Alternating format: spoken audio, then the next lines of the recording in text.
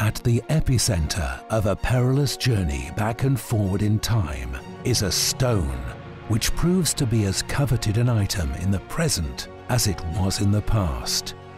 It is a dangerous object, as the characters all come to understand.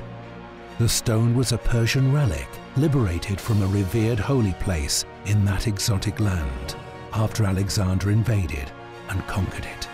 Thought to provide the Macedonian king protection from harm, he kept it with him always, but it was never found upon his death. As the plot travels its course, each chapter reveals a new aspect of the great mystery of what happened to the stone after its disappearance. The 13th Stone of Aaron will engulf the reader with exotic drama, ancient mysterious relics, and a storyline that fulfills as it compels the desire for more. The 13th Stone of Aaron by Cassindra Lee Baker.